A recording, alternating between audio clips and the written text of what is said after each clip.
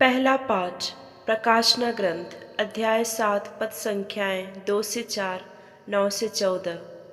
मैंने सभी प्रजातियों, राष्ट्रों और भाषाओं का एक ऐसा विशाल जनसमूह देखा जिसकी गिनती कोई भी नहीं कर सकता। मैं योहन ने एक अन्य दूत को पूर्व से ऊपर उठते देखा।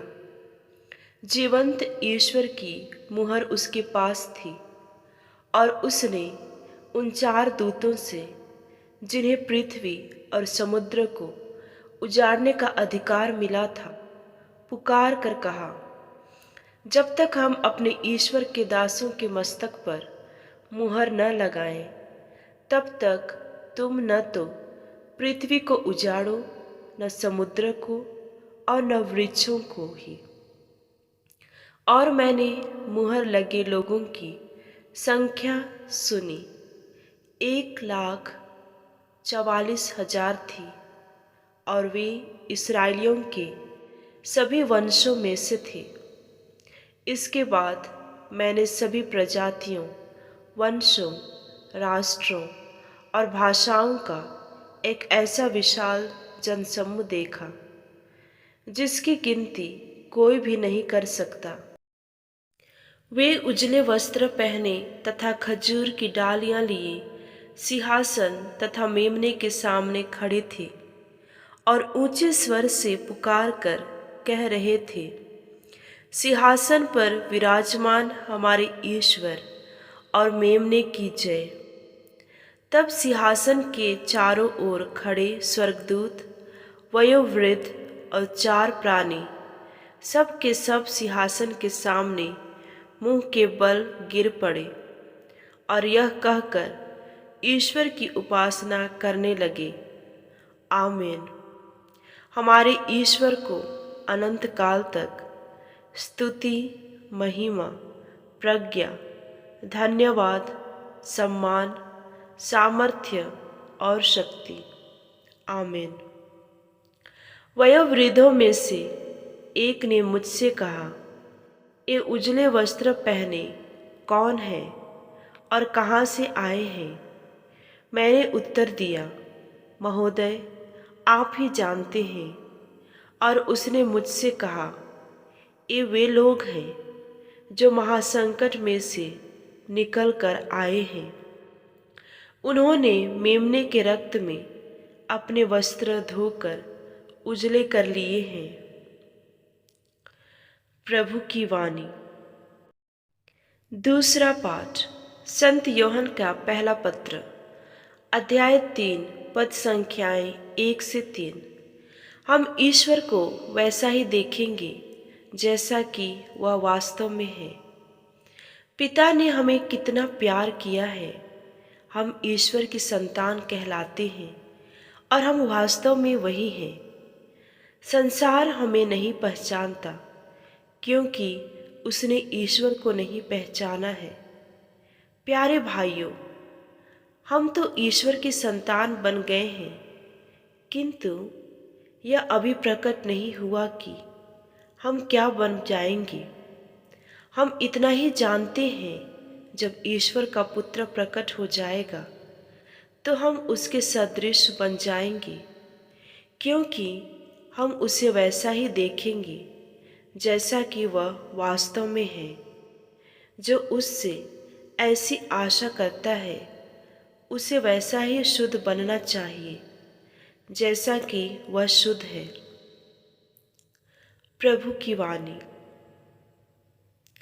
संत मत्ती के अनुसार पवित्र सुसमाचार अध्याय 5 पद संख्याएं 1 से 12। खुश हो और आनंद मनाओ, स्वर्ग में तुम्हें महान पुरस्कार प्राप्त होगा। यीशु यह विशाल जनसमूह देखकर पहाड़ी पर चढ़े और बैठ गए। उनके शिष्य उनके पास आए और वह यह कहकर उन्हें शिक्षा देने लगे, धन्य है वे जो अपने को दीनहीन समझते हैं, स्वर्ग राज्य उन्हीं का है। धन्य है वे जो नम्र हैं, उन्हें प्रतिज्ञात देश प्राप्त होगा। धन्य है वे जो शोक करते हैं, उन्हें सांत्वना मिलेगी। धन्य है वे जो धार्मिकता के भूखे और प्यासे हैं, वे तृप्त किए जाएंगे। धन्य है वे जो दयालु हैं, उन पर दया की जाएगी। धन्य है वे जिनका हृदय निर्मल है, वे ईश्वर के दर्शन करेंगे। धन्य है वे जो मेल कराते हैं, वे ईश्वर के पुत्र कहलाएंगे।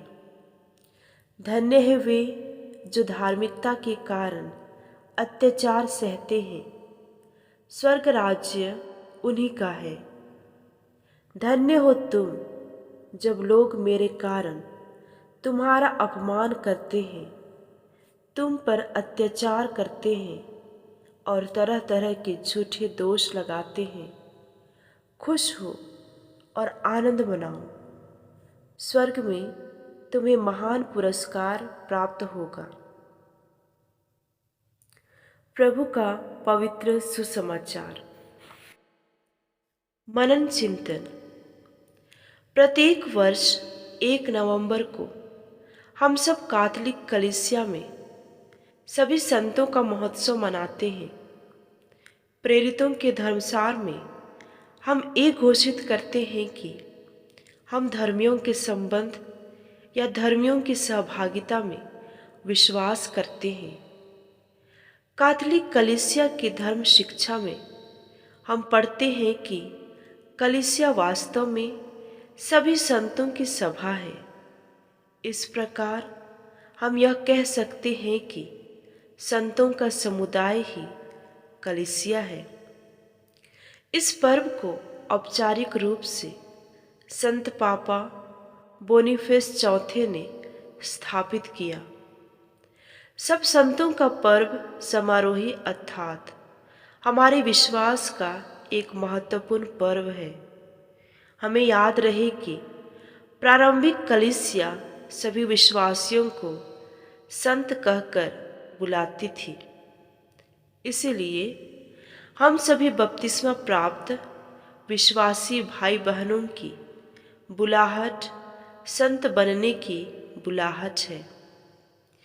केवल पुरोहित या धर्म बहनें नहीं, वरन सभी लोग धर्मी, छोटे या बड़े, सभी ईश सेवा करते हुए और पड़ोसी प्रेम का जीवन जीकर क्रिस्तीय विश्वास में स्थिरता पूर्वक अपने कर्तव्यों को निभाकर संत बनने का गौरव प्राप्त कर सकते हैं। आज हम कलीसिया के उन सभी संतों की याद करते हैं जिन्होंने अपने मृत्युपरांत स्वर्ग का सुख पाया है। जो भी संतों की संख्या अनगिनत होगी, लेकिन कलीसिया इस दिन उन्हीं संतों की यादगार मनाती जो कलीसिया के नियमानुसार संत घोषित किए गए हैं और जिनके नाम कैथोलिक कलीसिया के संतों की सूची में सम्मिलित है। सभी संत हम सबके लिए उत्तम ख्रिस्तीय जीवन का आदर्श प्रस्तुत करते हैं।